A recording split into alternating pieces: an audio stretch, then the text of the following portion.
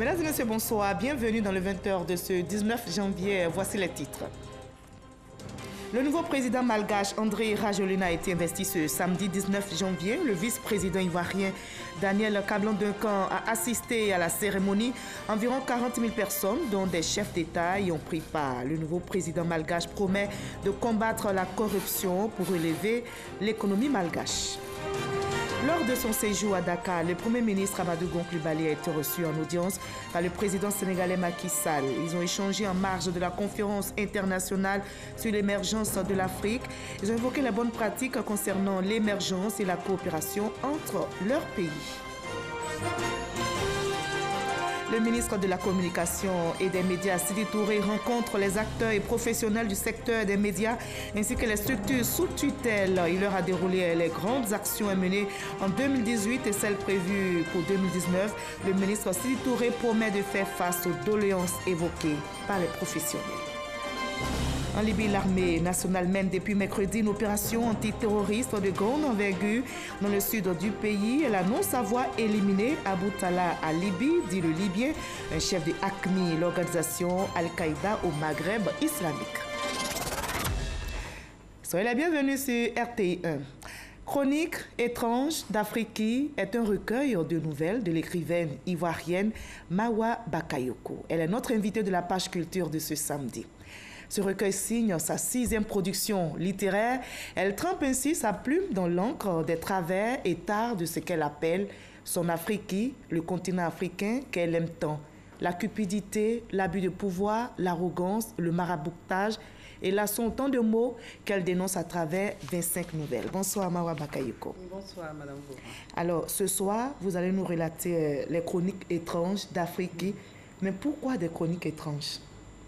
Merci Madame Gourand. Des chroniques étranges, comme vous l'avez dit, c'est ce monde imaginaire que j'ai créé et dans lequel je me permets de voguer sur des vagues de nos travers, de nos tas. J'appuie souvent où ça fait mal et je chatouille où ça saigne. Vous appuyez où ça fait mal et vous chatouillez où ça saigne.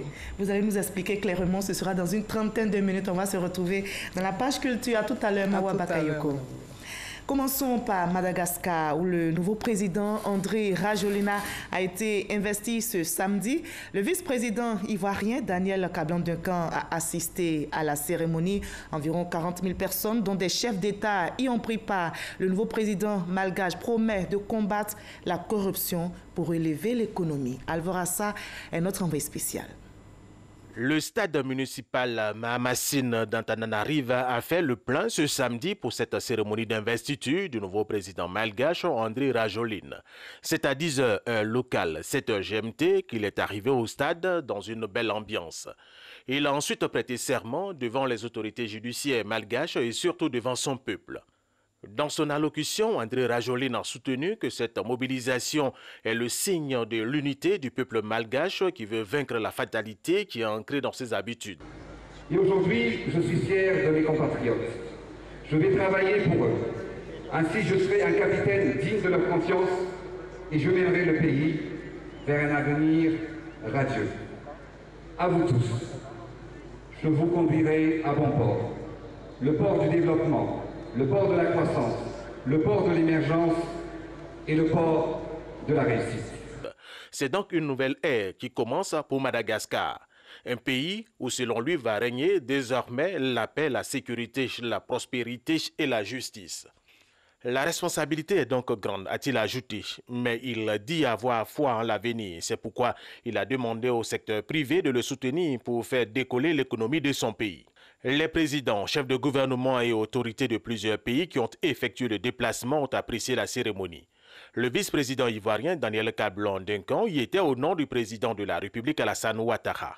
Nous sommes très heureux et très ravis de représenter son Excellence le président Alassane Ouattara à cette belle cérémonie d'investiture.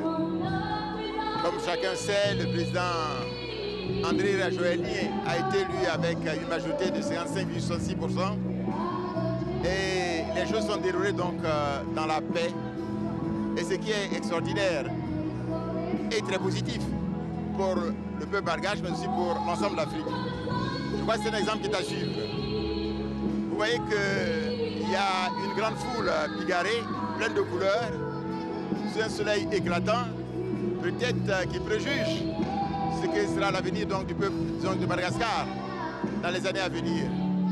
Nous souhaitons beaucoup de bénédictions et beaucoup de réussite au président et au peuple malgache pour les 5 années à venir, parce que c'est un programme très important, notamment au niveau social. La cérémonie d'investiture du nouveau président de Madagascar, André Rajoelina, s'est achevée par un défilé des forces de défense et de sécurité malgaches. On prend la direction d'un autre pays, le Sénégal, où le Premier ministre Amadou Gon Coulibaly vient de séjourner. Et lors de son séjour, il a été reçu par le président sénégalais Macky Sall. Les deux hommes ont échangé en marge de la conférence internationale sur l'émergence de l'Afrique. Les bonnes pratiques concernant cette émergence ont été abordées, la coopération entre leurs pays. Adam Koné depuis le Sénégal.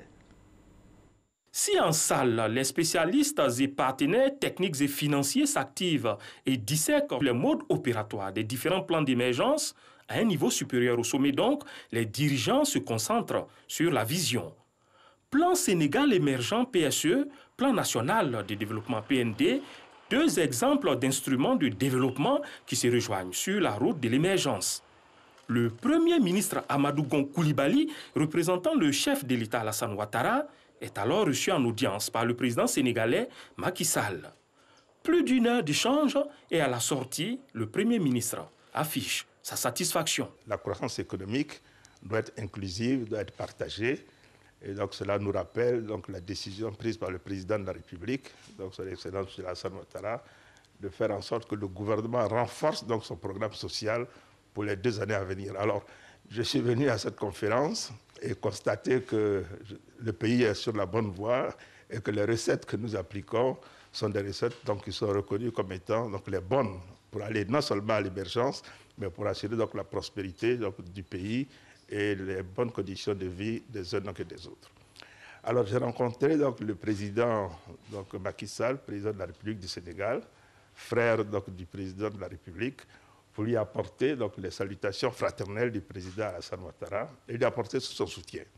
Vous savez également que le Sénégal est en train d'appliquer un plan qui est le plan Sénégal émergent. Et nous avons là aussi été impressionnés par tous les progrès qui ont lieu ici au Sénégal, et je voudrais en profiter pour saluer mon frère et ami, le Premier ministre John, pour le travail qu'il fait sous l'autorité du président en tant que chef du gouvernement. Nous avons eu l'occasion de parler des relations entre nos deux pays, et je lui ai transmis tous les messages dont j'étais porteur de la part du président Alassane Ouattara. Bien avant Macky Sall, Amadou Gon Coulibaly a mis à profit la proximité avec le président malien Ibrahim Boubacar Keïta au King Fahd Palace pour échanger également avec ce dernier. La 3e édition de la conférence internationale sur l'émergence de l'Afrique s'est achevée ce samedi dans la capitale sénégalaise Dakar. 500 participants ont réfléchi et partagé les bonnes pratiques devant faire du secteur privé la clé d'entrée de bien de pays africains dans le cercle des nations émergentes. Sur place ici à Abidjan, le ministre de la Communication et des Médias rencontre les acteurs et professionnels du secteur des médias ainsi que les structures sous tutelle. Il leur a déroulé les grandes actions menées l'année dernière et celles prévues cette année 2019. Le ministre Sidi Touré promet de faire face aux doléances évoquées par les professionnels des médias. Serge Collier pour le compte-rendu. Après 12 mois de dur labeur, le ministère de la Communication et des Médias jette un regard rétrospectif sur les grandes actions réalisées en 2018. Les membres du cabinet, l'ensemble des structures sous tutelle, les organisations professionnelles, les entreprises privées ont d'abord salué le ministre Sidi Temoko Touré qui a su, selon eux, poursuivre les chantiers entamés par son prédécesseur. Malgré le dynamisme constaté, des efforts restent à déployer. Au compte des éditeurs de presse, la préoccupation majeure reste la subvention à l'impression, qui est indiscutablement l'aide la plus importante au secteur de la presse écrite privée. Au compte des radios de proximité, la prise en compte des radios associatives par le nouvel organe en charge de l'aide publique et du développement des médias. La plateforme souhaite un renouvellement effectif des structures sous tutelle afin que celles-ci puissent fonctionner parfaitement. Le ministre a pris bonne note de toutes les préoccupations avant de rassurer tous ses collaborateurs. 2019 sera, j'en suis sûr, une année de bonnes nouvelles pour vous. L'État mobilisera les moyens financiers, matériels et humains dans la mesure de ses capacités pour vous apporter un appui et permettre aux entreprises de presse d'être plus fortes. La question des conseils d'administration et des conseils de gestion sera prise en charge dans des délais rapides afin de vous permettre d'exercer efficacement, avec sérénité et en toute légalité. Tous les corps constitués du ministère de la Communication et des Médias ont répondu à cette première grande rencontre de l'année 2019. Le ministre de l'Équipement et de l'Entretien routier dévoile à son tour ses chantiers pour 2019. Il a eu une rencontre avec ses collaborateurs et des acteurs du secteur des infrastructures routières. L'année 2018 a été marquée par le lancement de grands projets routiers et surtout l'entretien des infrastructures existantes. Le ministère envisage maintenant de mettre en route d'autres grands projets cette année 2019. Jean-Luc Bambo nous en dit plus. On peut le dire, 2018 aura été l'année des grands chantiers d'infrastructures routières en Côte d'Ivoire. Dans sa volonté de faire d'Abidjan le hub de l'Afrique de l'Ouest, d'importants projets routiers ont été lancés par le gouvernement au cours de cette année 2018. Des projets majeurs tels que la construction du 4e pont reliant les communes du Plateau et de Yopougon et la construction de l'échangeur de l'amitié ivoirienne-japonaise ont été lancés, rejoignant de nombreux autres projets déjà réalisés ou en cours de réalisation. La construction et la réhabilitation des routes occupent une place de choix dans le programme gouvernemental depuis 2011. Pour la seule année 2018, 146,6 milliards de francs CFA ont été notamment consacrés à l'entretien routier, une dynamique qui devrait se poursuivre les prochaines années. Les efforts de modernisation et d'entretien des infrastructures routières consentis par le gouvernement seront maintenus et même intensifiés. Ainsi, en ce qui concerne l'amélioration de la circulation à Abidjan, des échangeurs seront construits à travers divers points névralgiques de la ville d'Abidjan, à savoir les 3 échangeurs sur le boulevard Mitterrand, et l'échangeur au carrefour d'Abobo, un échangeur au carrefour Duncan et des échangeurs à Yopougon. Des défis que le ministre Amédée Kofi Kwaku s'engage à relever avec ses collaborateurs. La construction de toutes ces infrastructures visant un objectif unique, contribuer à l'élargissement du réseau routier pour le bien-être des populations ivoiriennes. Le ministère de l'Éducation nationale, de l'enseignement technique et de la formation professionnelle, très actif aussi, a reçu hier vendredi le rapport de mission de la délégation de l'Université américaine de Harvard. Les résultats de cette mission visent à soutenir le ministère dans l'élaboration d'un système efficace d'évaluation des performances de l'enseignement en Côte d'Ivoire. Jean-Marc Gagui, Walter Mardou, Walter.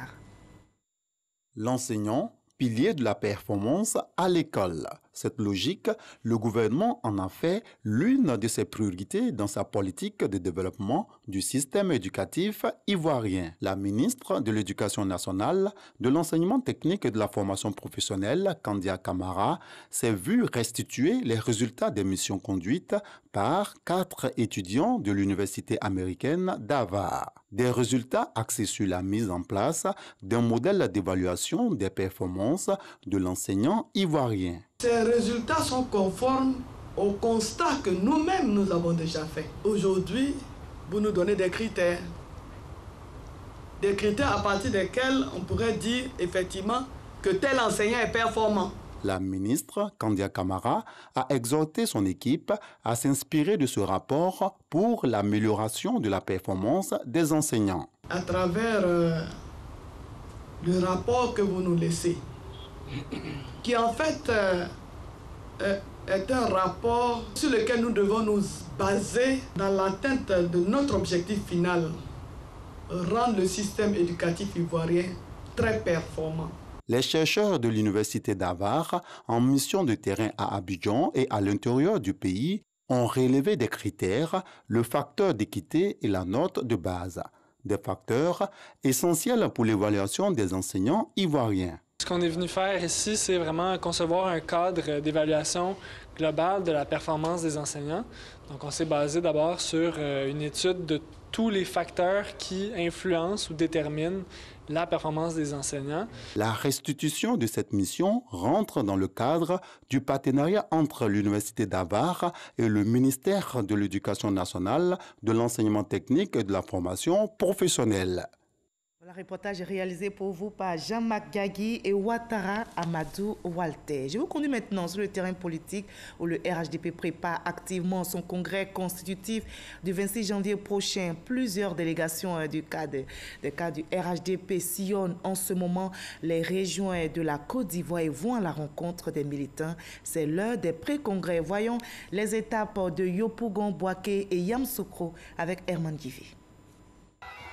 C'est déjà l'effervescence dans la commune de Yopougon.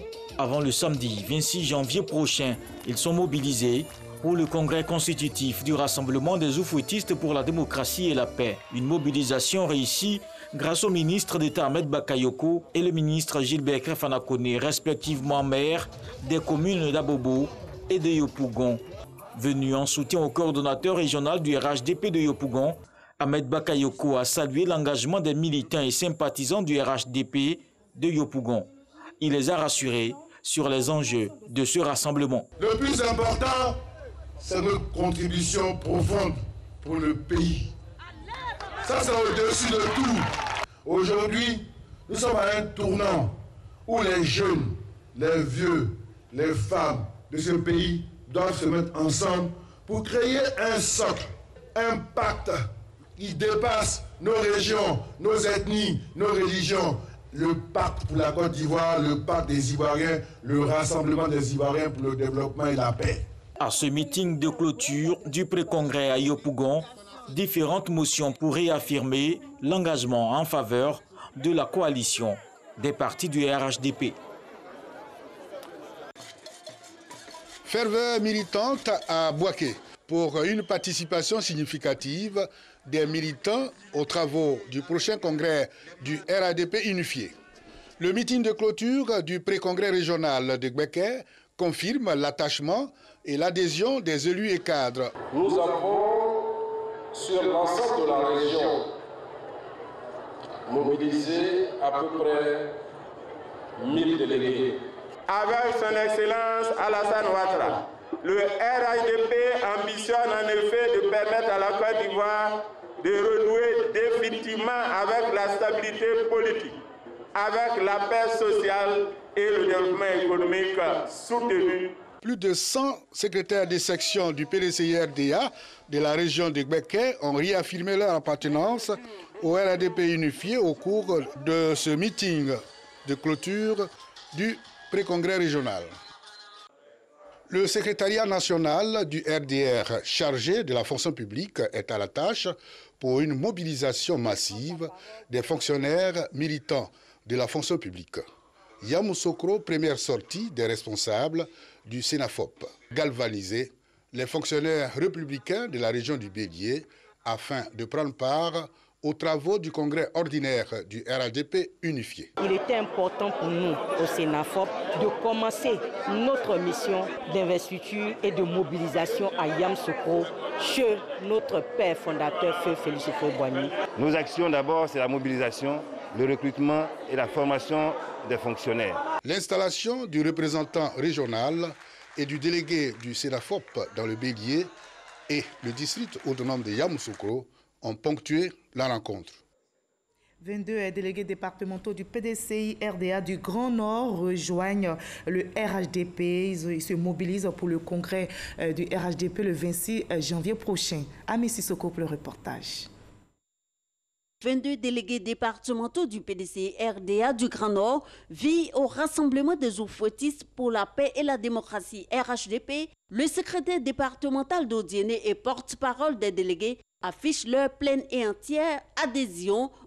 Nous avons décidé de continuer le combat de la démocratisation, du développement de la Côte d'Ivoire avec le RHDP. Parrain de cette manifestation, le ministre de la fonction publique et coordonnateur du RHDP pour le Nord, Issa Coulibaly, soutenu par le sénateur de la région du Poro, Siloué Cagnon, félicite les nouveaux adhérents.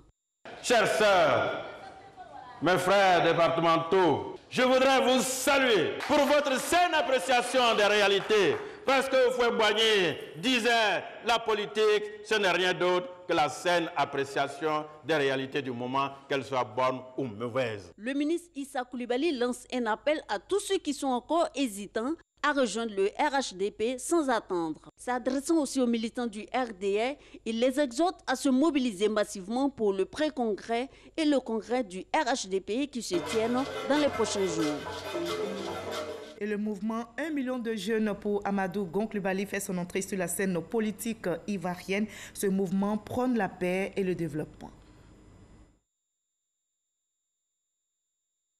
1 million de jeunes pour Amadou Gon Coulibaly, mouvement de soutien au Premier ministre pour ses actions de développement engagées par son gouvernement. Aujourd'hui, nous sommes à plus de 7000 membres et dans plusieurs différentes communes, également villes. Nous avons des coordinations à Bobo, à Djamé, à Koumassi, du Lodjibois, Boaké, un peu partout en Côte d'Ivoire. Donc l'objectif de ce mouvement-là, c'est comment est-ce que nous allons rassembler toute la jeunesse de la Côte d'Ivoire autour du mot qui est simple, qui est la paix. Nous, en tant qu'une jeunesse consciente, avons décidé de suivre le Premier ministre Amadou Gon Coulibaly, vu par ses actions politiques et gouvernementales qu'il mène. Il est en train d'effectuer un travail formidable. Pour sa première grande sortie, le mouvement prévoit une forte participation au congrès constitutif du RHDP le 26 janvier prochain. Nous sommes venus accompagner l'épouse du Premier ministre pour mobiliser la jeunesse et surtout pour le lancement de 1 million de jeunes pour AGC. Parce que le 26 janvier, la Côte d'Ivoire va changer de données. Nous serons tous au stade Feu-Boigny, donc la mobilisation a sonné. C'est là que nous sommes à Bobo pour encourager les jeunes. Parce que l'avenir de ce pays, c'est la jeunesse ivoirienne. Donc 1 million de jeunes pour AGC, nous irons avec eux au stade Feu-Boigny. Créé en mai 2018, le mouvement 1 million de jeunes pour Amadou Gon Coulibaly entend investir le terrain pour mobiliser la jeunesse. Voilà le reportage de Wodion Télé, ça aurait été commenté pour vous par Herman Divé. On va passer maintenant au chapitre environnement de ce 20 avec la Sodefort qui vient d'initier le projet Starling afin de restaurer le couvert forestier ivoirien. Après la phase pilote exécutée dans la forêt classée de Cavali, une restitution a été faite ici à Abidjan. On en sait plus avec notre reporter Ouattara Walter. La mise en place de l'outil Starling pour la surveillance spatiale de la forêt classée de Cavali a permis de détecter que 7% de la superficie de forêt est exposée au défrichement. Avant ce projet, la Sodefort, Société de développement des forêts, affirmait que 75 à 80% des 67 000 hectares de la forêt classée de Cavali étaient intacts. Selon le projet Starling, 58% de cette forêt demeure encore intacte. Ce système permet donc de détecter de jour comme de nuit les actions de destruction de la forêt. La déforestation à ciel ouvert, ça, ils sont capables de voir. Même avec les drones, ils sont capables de voir.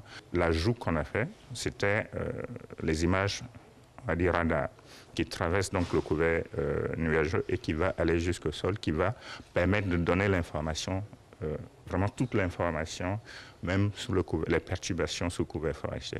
Et ça, pour la Sodefort, c'était hyper intéressant. Ces résultats ont été restitués en présence de différents acteurs impliqués dans la gestion de l'espace autour de la forêt classée de Cavali. Pour le directeur général de la Sodefort, initiatrice du projet, c'est une avancée notable pour le programme Agriculture Zéro Déforestation. Par le passé, l'agriculture qui était pratiquée dans les forêts faisait suite à un défrichement. On défrichait d'abord des parcelles avant de s'aimer. Mais la nouvelle stratégie ne fait plus ça. La nouvelle stratégie, on passe d'abord, on sème, et c'est longtemps après qu'on commence à défricher. Et c'était un des objectifs que nous visions, qu'aujourd'hui, ils n'auront plus le temps de défricher parce qu'une fois que des perturbations sont observées, nous serons là pour pouvoir arrêter le processus. En 2018, 200 agriculteurs clandestins arrêtés, dont 124 condamnés par la justice à des peines de prison allant de 6 mois à 2 ans. Les responsables du Lions Club de la sous-région ouest-africaine sont en conclave à Abidjan. Cette rencontre internationale s'inscrit dans le cadre des actions sociales et œuvres humanitaires menées dans certains pays africains durant le trimestre écoulé. Le reportage de Serge Coléa. Pour cette deuxième grande réunion sous-régionale, les membres du Lions Club international du Togo, de la Sierra Leone, du Libéria et de la Côte d'Ivoire ont fait le bilan des grandes priorités au cours des 3 derniers mois. Dans son rapport d'activité, le gouverneur du district 403A2, C.C. Mahuissé d'Almeida, note une série d'œuvres au profit des populations de sa zone de compétence. Les Lions ont travaillé, les Lions ont fait des œuvres. Je vais prendre pays par pays. Par exemple, au Togo, il y a eu un projet concernant les enfants souffrant du cancer. En Côte d'Ivoire, il y a eu la semaine dernière un contrat qui a été signé et ce contrat concerne les enfants de la rue. Il y a 3000 qui vont être récupérés, relogés et suivis en termes d'éducation. Dans le domaine de la santé, vous savez, la Côte d'Ivoire fait de belles œuvres. Il est question de revoir toutes ces œuvres parce qu'il y a certains appareils qui sont obsolètes pour pouvoir remettre donc du dynamisme. Pour les 6 mois à venir, les Lions Club du district 403A2 entendent servir davantage la communauté. Les Lions ont besoin d'autres personnes pour les aider. Nous allons tout faire pour améliorer notre effectif, c'est-à-dire avoir plus de bras pour pouvoir servir nos communautés. Le Lions Club International se présente comme la plus grande organisation philanthropique au monde et rassemble plus de 1 456 000 membres bénévoles répartis en 47 000 clubs dans plus de 200 pays. Hors de la Côte d'Ivoire, la République démocratique du Congo attend toujours l'arrêt de la Cour constitutionnelle sur les différents recours relatifs à la présidentielle contestée. Jeudi, l'Union africaine avait appelé à la suspension de la proclamation des résultats définitifs. Une délégation des chefs d'État de l'UA est attendue lundi en RD Congo pour trouver une solution pacifique. Le président rwandais Paul Kagame, président en exercice de l'organisation, devrait en faire partie. Et toujours sur le continent africain, en Libye, l'armée nationale mène depuis mercredi 16 janvier une opération antiterroriste de grande envergure dans le sud du pays. Elle a annoncé hier vendredi avoir éliminé Abu Talha al-Libi, dit le Libyen, un chef de l'organisation Al-Qaïda au Maghreb islamique, AQMI. Il aura été tué avec 2 autres terroristes. Notez que Abu Talha était l'un des terroristes les plus actifs dans le sud libyen. Et on va parler football après un très mauvais début des matchs de poule de la Ligue des Champions. CAF, la SEC Mimosa, pour le compte de la 2e journée, recevait au stade Félix Houphouët-Boigny ici à Abidjan le représentant du Nigeria, l'équipe de Lobby Star. Score de la rencontre, ASEC 1, Lobby Star 0. Samuel Mec pour le compte rendu. Battu 5-2 par le WAC de Casablanca à l'ouverture des matchs de poule de la Ligue des Champions CAF, dans le groupe A, l'ASEC Mimosa se devait de refaire son retard face aux représentants du Nigeria, Lobby Star. L'ASEC réagit positivement en première mi-temps avec Diomandé Ahmed qui est allé chercher le pénalty et qui l'obtient sur le jugement de l'arbitre algérien Mustapha Gorbal. Diomandé Ahmed se joue du portier Olufemi Kayode. 1-0, score à la pause. La deuxième partie a été riche en actions de but du côté de l'ASEC Mimosa, mais aussi du Lobby Star du Nigeria. Cependant, le score n'évoluera pas. L'ASEC Mimosa s'impose 1-0 et retrouve le sourire. Et on ouvre la page culture de ce 20h avec l'ASCAD, l'Académie des sciences, des arts, des cultures d'Afrique et des diasporas africaines qui vient d'être frappée par le deuil. Le professeur Barthélemy Kotinguessan a tiré sa révérence la nuit dernière. Après le professeur Seribaï, la grande faucheuse s'empare ainsi d'un autre immortel. Le professeur Barthélemy Kotinguessan aura marqué le monde de la littérature et de la politique en Côte d'Ivoire. Le FPI perd l'un de ses membres fondateurs. Nouvelle plus gaie avec l'auteur Soro Songalo qui vient de publier un essai de 92 pages, essai dans lequel il donne des recettes aux parents pour encadrer leurs enfants. Un livre pour aider les parents à parfaire l'éducation de leurs enfants. L'éducation parentale, le maillon faible. Soro Songalo, enseignant mais aussi leader religieux, veut venir en aide aux parents face à la difficile mais importante tâche qu'est l'éducation familiale des enfants. Nous avons trouvé que l'éducation parentale est certainement, très certainement, la plus importante des éducations. Mais les parents ne sont pas accompagnés dans le processus. Ils ne sont pas amenés à prendre conscience d'abord de l'importance de leur rôle et ne sont pas toujours accompagnés. Nous avons voulu que cela soit pour eux à la fois quelque chose qui leur permet de prendre conscience de leur rôle, de l'importance de leur rôle, et qui soit en même temps une sorte de guide pour eux. Déterminer les insuffisances et proposer des solutions en procédant au dépassement des modèles préconçus. L'œuvre L'éducation parentale, le maillon faible, est un essai. L'auteur veut sensibiliser les parents sur leur rôle capital d'éducateur. Commencer quelque chose de nouveau avec l'enfant. Négocier, entrer dans une autre attitude presque de communication. Ça ressemble à une sorte d'aveu d'échec. Ce n'est pas facile d'en arriver là. Ça nécessite une certaine dose d'humilité, mais l'enfant vous sera reconnaissant. 92 pages divisées en 7 parties. L'œuvre est constituée de 2 chapitres. Soro Songalo est à son 3e ouvrage. Il est titulaire d'un diplôme en philosophie. Voilà une œuvre de Soro Songalo à lire absolument par les parents. Une autre œuvre à lire également, il s'agit de Chroniques étranges d'Afrique, un recueil de nouvelles écrit par Mawa Bakayoko que nous recevons maintenant. Bienvenue à nouveau sur notre plateau, Mawa Bakayoko. Alors, on vous retrouve donc pour échanger sur votre recueil de nouvelles Chroniques étranges d'Afrique. C'est votre 6e œuvre, mais la première écrite en Afrique, c'est ça, en Côte d'Ivoire, et qui signe donc votre retour dans votre pays.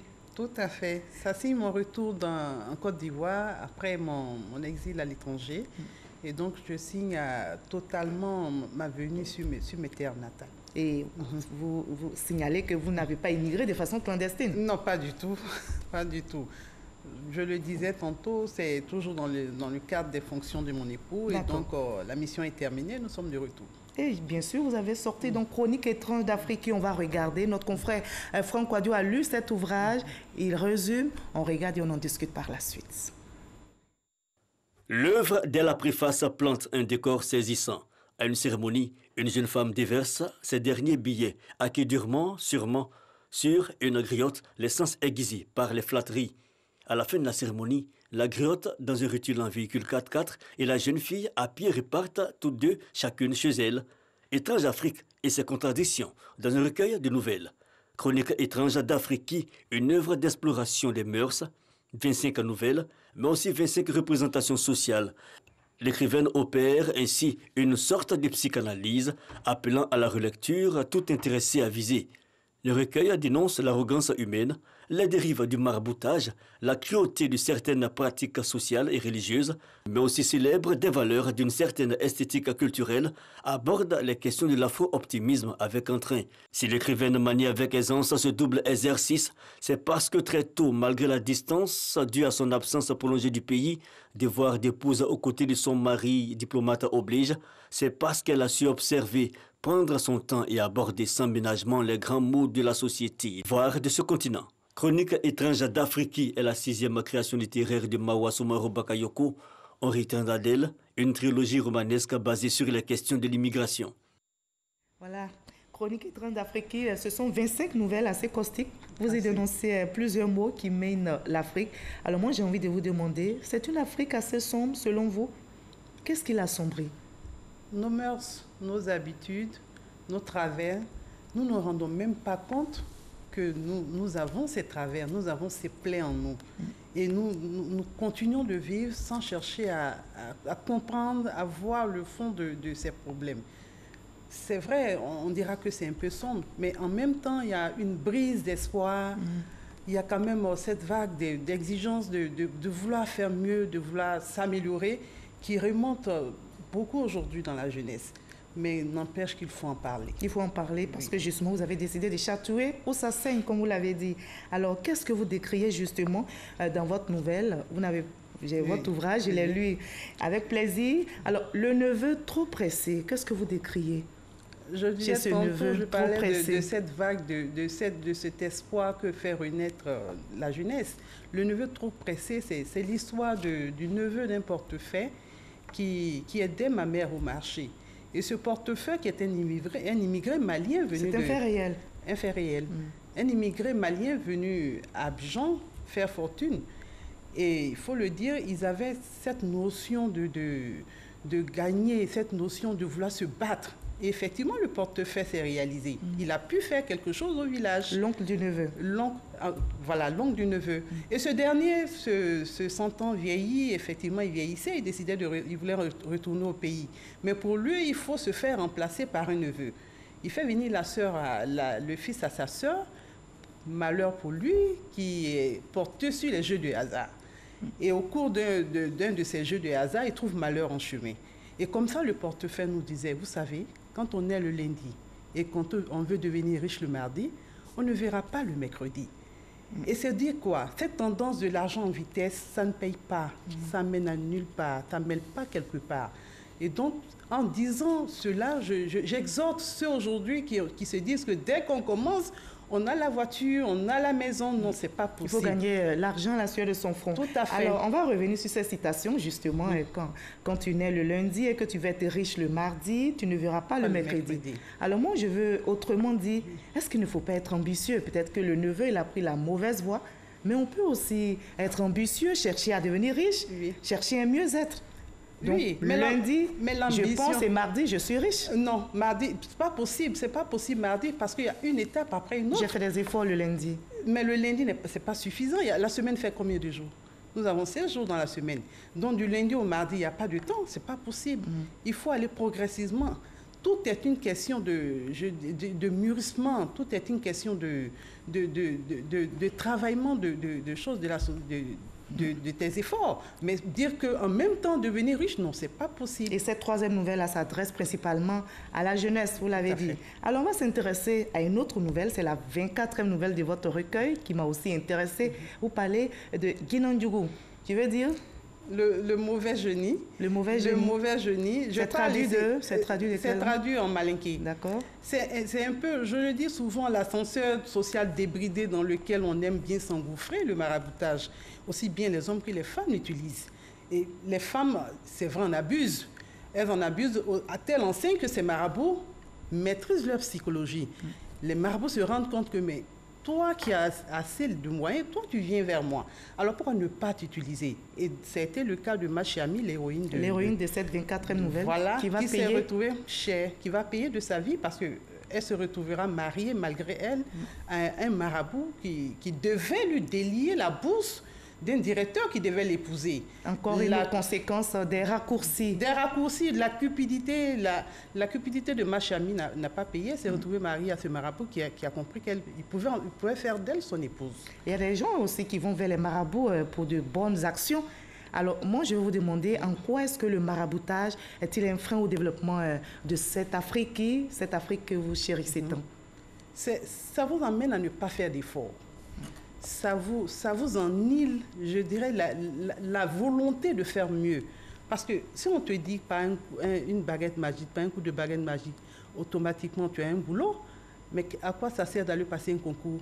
On te dit que le boulot, à quoi ça sert de continuer à aller à l'école?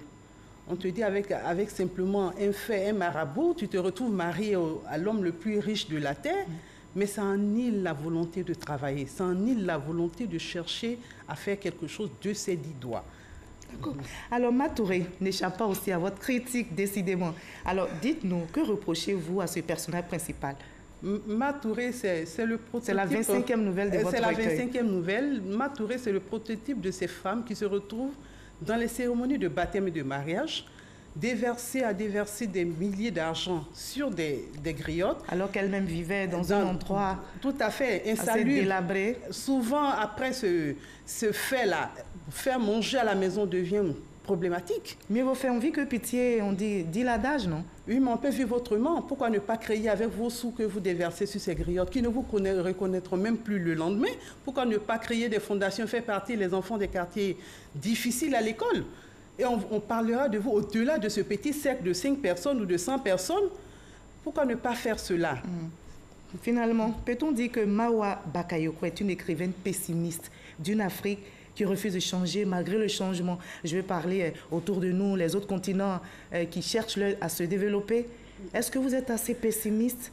Et pourtant, je ne suis pas pessimiste. Quand vous lisez mes écrits, vous avez même des nouvelles dans la chronique Justement, c'est la transition pour que vous parliez donc des recettes pour nous départir de ces vieux démons qui nous tirent en arrière. Il faut changer les habitudes. Il faut changer les habitudes. Quand ça ne marche pas, on change. On ne reste pas dans les anciennes habitudes. Et de surcroît, on ne transforme pas ce qui est bon. Parce que je reviens encore sur le sujet de Matouré. On vous dira que c'est la tradition. Mais de quelle tradition il s'agit? La tradition vous dit quoi? Vous dit que la griotte est à même de retrouver vos ancêtres. La griotte est incapable de dire le nom de ta mère. Et tu lui déverses des millions d'argent sur elle. Ça pourrait servir à autre chose. Ça aurait pu servir à autre chose. Donc ce changement de mentalité peut venir là. Au lieu de déverser ses sous, réunissez-vous, formez un groupe. Vous avez une fondation, on n'a pas besoin que les autres nous viennent. On est toujours avec des fondations extérieures. Avec cela, vous faites partie des enfants des quartiers difficiles à l'école. Alors, l'Afrique parlera de vous, le monde parlera de vous. Merci beaucoup, Madame Mawa Bakayoko, en tout cas d'avoir été notre invitée de la page culture de ce 20h. Merci d'avoir répondu à nos questions. Merci, Madame. Vous l'avez compris, ce journal est terminé. Il a été supervisé par Hervé Blé. Merci à l'équipe de réalisation et technique. Merci surtout à vous de nous avoir suivis. À 23h, Kolo Coulibaly prendra le relais pour un nouveau journal. Très belle soirée.